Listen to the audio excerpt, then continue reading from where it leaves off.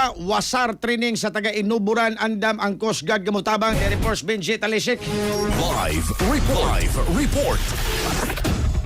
Ang Philippine Coast Guard nagaanda mo tabang paghatag og training sama sa Water Search and Rescue Kurwasar ngadto Saba sa mga staff sa barangay Inuburan sa Dagbiya sa Naga. Matod ni PO First Jewel Bareng Station Commander sa Coast Guard sa Dagbiya sa Naga nga andam sila muhatag sa resgutang pagbansay aron na makatubag ang barangay Inuburan sa Dagbiya sa Naga panahon kung dunay susama ng insidente nga malumos ang Coast Guard Naga magikalayo Saba sa mga opisyalis sa resgutang barangay lagip na ang lokal gagamhanan sa resgutang syudad aron kahatagan og solusyon og aksyon kini mga sugyot ni Tumaw human sa insidente sa katugdunay nalumos nga tulog ka mga batan-on nga gigawatay sa usa matud ni Baring nga ang kaliguanan sa barangay Inuburan usa ka pampubliko nga kaliguanan particular na diya sa may Inuburan Peace Point kansang nailhan tungod sa mga tanom nga baghaman gipasabot ni Baring nga wa muagi og wasar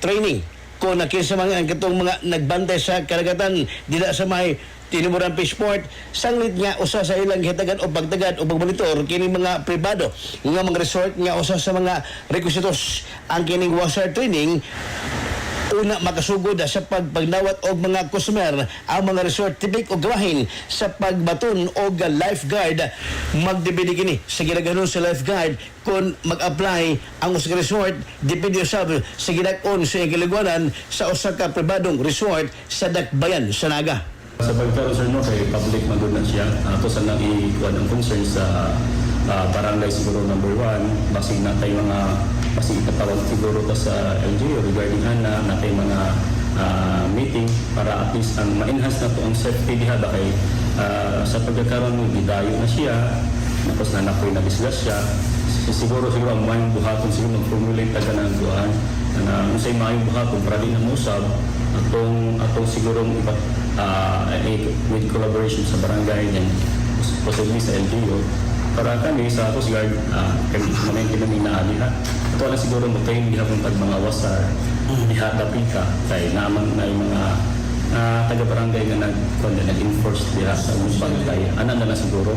Ang pamahayag ni PO First Jewel Bareng ang Station Commander sa Coast Guard Naga. Samtang si Inuburan Barangay Captain Reggie Cabesares nibutyag usaba nga aron di na masubli pa nga doon na malumos doon na kini mga lakang nga ipatuman sa barangay naglaraw si Cabesares nga kanunay ang pagpahadlong sa iyang mga tanod ilabi na kato mga naka-duty dinha sa may Peace Port sa katon doon na mga ligo kato na sila nga mubahimangno nga di moadto sa mga danger zone area labi na kato doon na buya o doon na pula nga plag kay delikado among lugar.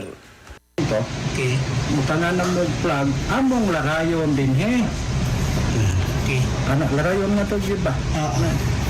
Muna na nga, di na mo ang biyan, anak. Butangan lang sa iris. Oo nga. Pero man, hindi ba nga, i-design niya, so minto, itanong dito, itanong, ilaray, amuran lang bitri so tanaw. Pero, warning sign nga, dili na tamo, biyan, diyan dakitas. Okay, good. Oh, pero bisag ang distansya na mo, di lang gyapon. Wag lang gyapon unta. Pero amo yung ibutan sa pinaka-safety lang yun nga lugar.